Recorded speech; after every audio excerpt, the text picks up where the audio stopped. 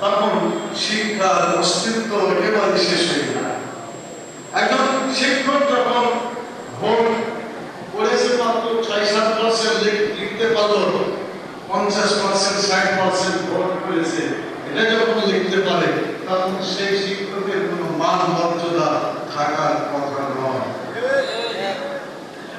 ভাই বোনেরা, শিক্ষকদের সাথে শিক্ষা জড়িত আর শিক্ষার সাথে চরিত্র জড়িত, যে কথা রাসূল সাল্লাল্লাহু আলাইহি ওয়াসাল্লাম হাদিসে উল্লেখ করেছেন।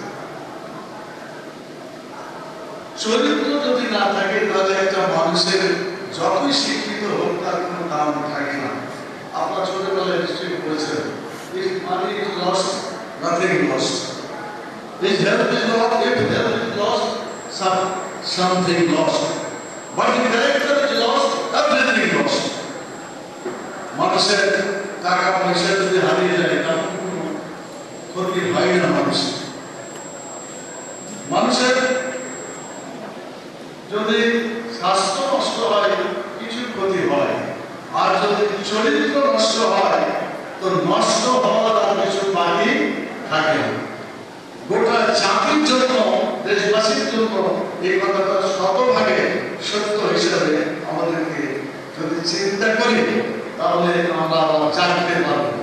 তার যদি আমরা এই অনুভূতি সৃষ্টি করতে না পারি, শিক্ষা হবে, দেশের ইউনিভার্সিটি বাড়বে, শিক্ষা প্রতিষ্ঠান বাড়বে, শিক্ষকের সংখ্যা বাড়বে, শিক্ষিত ছাত্রের সংখ্যা বাড়বে। চরিত্রের যে অভাব, এই অভাবের কারণে গোটা জাতি এটাকে মানব না বলে কবি বলেছেন, চরিত্রহীন ব্যক্তি হয় পশুর সমান। শিক্ষিত লোক যদি চরিত্রহীন হয় তাহলে সে পশুর চাইতে নিকৃষ্ট হয়ে যায়। আমি আমাদের কাছে এটাই আজকে বলতে চাই যে বিশ্ব শিক্ষক দিবসে আমাদের কিছু জিনিস আজকে যদি দিতে পারি তাহলে লাভ হবে। আমরা এখানে আলোচনা করছি, পাশে সরকার পাশেই আরেকটা আলোচনা তিনি করছেন। গোটা বাংলাদেশের বিভিন্ন শিক্ষা প্রতিষ্ঠানে শিক্ষকদের নিয়ে আলোচনা হচ্ছে। বলেন, আলোচনা করার পরে শিক্ষকদের যদি কোনো পরিবর্তন না হয় এই শিক্ষক দিবস পালন করে কোনো লাভ হবে? আপনারা জবাব দিলেন না, লাভ হবে? আলোচনার পরে যদি কিছু পরিবর্তন হয়, যদি আমরা সেখান থেকে কিছু শিখতে পারি, জাতি যদি সেখান থেকে কিছু আলো গ্রহণ করতে পারে, তাহলে সত্যিকার ভাবে দিবস পালন করার সার্থকতা থাকে। আরবিতে বলা হয় আল ইলমু নূর, ইলম বা জ্ঞান, শিক্ষা এটা হচ্ছে আলো। আলো যার হাতে থাকে অন্তত দুটা কাজ হয়। একটা কাজ হলো নিজের রাস্তা দেখতে পারে। আপনার হাতে যদি টর্চ থাকে, কোনো আলো থাকে, তাহলে আপনি নিজের রাস্তা তো দেখতে পাবেন, নিজের লাভটা হবে। আরেকটা হলো আপনার সাথে যারা থাকবে আপনার আলোতে অনেক লোক উপকৃত হতে পারে। আমাদের এই চিন্তায় থাকা উচিত, আমার আলো দ্বারা আপনি তো আলোকিত হবেন, আমার পাশে যারা আছে, আমার ছাত্র সমাজ যারা আছে, আমার প্রতিবেশী যারা আছে, আমার দেশবাসী যারা আছে, সবাইকে আলোকিত করাটাই হচ্ছে শিক্ষার মূল টার্গেট।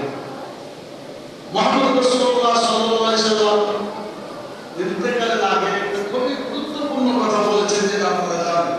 তিনি বলেছেন, তারাক্তু ফীকুম আমরাইন লাম তাযিল্লু মা তামাসসাকতুম বিহিমা কিতাবাল্লাহ ওয়া সুন্নাহ। আমি চলে গেলাম কিন্তু তোমাদের কাছে দুটো কিতাব রেখে গেলাম। যতদিন তোমরা দুটো কিতাব অনুসরণ করবে, মেনে চলবে, তোমরা পথভ্রষ্ট হবে না, তোমাদের অধঃপতন হবে না, তোমরা সঠিক পথে চলতে পারবে। সেই কিতাবটির নাম হচ্ছে আল কোরআন, আল্লাহর কিতাব, এবং মুহাম্মদুর রাসূলুল্লাহ সাল্লাল্লাহু আলাইহি ওয়াসাল্লামের হাদিস আর সুন্নাহ। কোন জাতি যদি আল্লাহর কোরআনের দিকে ফিরে আসে আর রাসূল সাল্লাল্লাহু আলাইহি ওয়াসাল্লামের সুন্নাহর দিকে ফিরে আসে, শ্রেষ্ঠ জাতি হিসেবে পৃথিবীতে তারা পরিচিত হতে পারবে। জাতি হিসেবে সকল জাতিকে নেতৃত্ব দেওয়া, তাহলে সেই যোগ্যতা অর্জিত হবে ইনশাআল্লাহ। ইতিহাস তাই ও জামানা में मुआज्जज़ थे मुसलमान होकर, ওই সমস্ত জাতি সম্মানিত ছিল। তারা সম্মানিত ছিল কি জন্য? তারা মুসলমান ছিল, তারা কোরআন এবং সুন্নাহকে মেনে চলেছিল। আজ